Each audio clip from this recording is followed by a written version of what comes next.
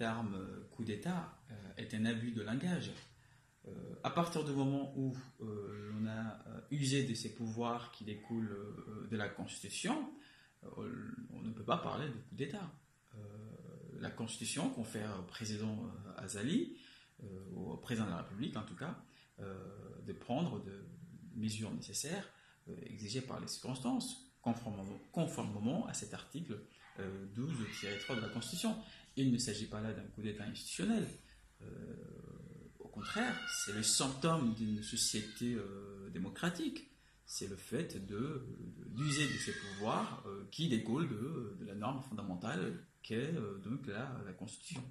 Donc oui, l'utilisation de ce terme, coup d'État, est un abus de langage, puisque cela dénature même les dispositions prévues par la Constitution, puisque celle-ci, en l'occurrence l'article 12-3, confère au président de la République, lorsqu'il considère qu'il y a une menace grave et immédiate et qui est suivie par cette interruption du fonctionnement régulier de nos institutions constitutionnelles, et bien c'est à lui seul de prendre les mesures nécessaires exigées par les circonstances. Donc non, ce n'est pas un coup d'État institutionnel.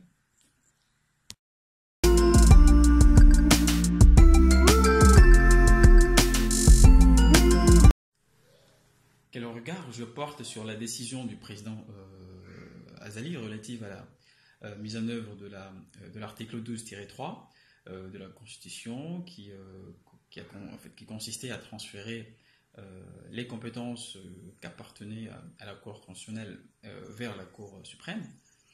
Vous savez, pratiquement, le chef de l'État a le pouvoir d'agir. Et la Constitution de notre République lui confère ce droit d'agir.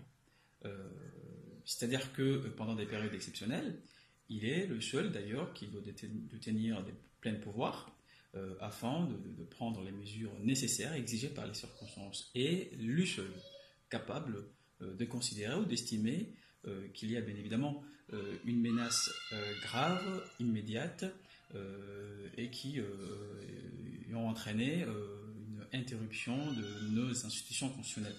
Maintenant, est-ce qu'il a agi conformément à la Constitution? Est-ce que sa décision était conforme à la Constitution? Je crois que répondre à cette question nécessite d'abord au préalable une bonne lecture juridique de cet article 12-3 de la Constitution. Et cet article 12-3 de la Constitution pose deux conditions qui sont donc cumulatives toutes les deux. Signifie tout simplement que l'une ne peut pas aller sans l'autre. Et il y a deux conditions, donc il y en a une qui porte sur le fond et l'autre porte sur la forme. Dans la condition de fond, on retrouve aussi deux conditions cumulatives. La première est celle qui consiste à considérer qu'effectivement il y a une menace grave sur l'une des hypothèses, encore une fois je répète qu'une suffit, des hypothèses énumérées par cet article 12-3 de la Constitution. Cette menace grave et immédiate peut frapper notre institution constitutionnelle, peut toucher l'indépendance nationale, peut toucher l'intégrité du territoire, ainsi de suite. La deuxième condition résulte de l'interruption du fonctionnement régulier de nos institutions constitutionnelles. Maintenant, c'est à vous de voir, libre à chacun de considérer, est-ce que réellement, dans les faits, est-ce que ces deux conditions de fond sont remplies? Est-ce que nous avons une interruption régulière de notre cours constitutionnel? Dans les faits, tout simplement dans la pratique, bien évidemment, cela fait presque un an, notre cours ne fonctionne pas. Maintenant, est-ce qu'il y a une menace grave et immédiate? Moi, à mon humble avis, la réponse est affirmative, dans le sens où cette Cour constitutionnelle est le juge des libertés. Imaginez, une de nos libertés est connue par une autorité quelconque, il faudrait qu'on se dirige vers cette Cour. Or, elle n'existe pas. Donc, bien évidemment qu'il y a une menace grave puisque c'est la non-protection de nos libertés qui va être maintenue pendant de longs mois. Donc oui, il faut cesser. Est-ce que le président veut agir? Bien évidemment que la Constitution lui oblige d'agir. Il doit agir et prendre les mesures nécessaires exigées par ces circonstances, qui sont, à mon humble avis, l'interruption de cette cour, qui ne fonctionne pas depuis presque un an, mais aussi la menace qui frappe cette institution, puisque nous sommes tous concernés, puisque cette cour est celle qui assure la protection de nos libertés fondamentales. Quant à la condition de forme, il est vrai que cet article 12-3 de la Constitution oblige le président de consulter le Conseil des ministres, le président de l'Assemblée nationale et la Cour constitutionnelle.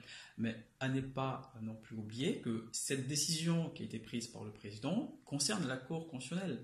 Je vois mal de dire que le président n'a pas consulté la Cour, alors que l'on sait pertinemment que cette Cour, cela fait presque un an, ne fonctionne pas. Alors comment voulez-vous qu'il consulte une Cour qui n'existe pas? Alors à défaut de l'existence de cette Cour, qu'est-ce qu'il faut faire? Est-ce qu'il faut rester dans le vide? Est-ce qu'il faut garder le silence?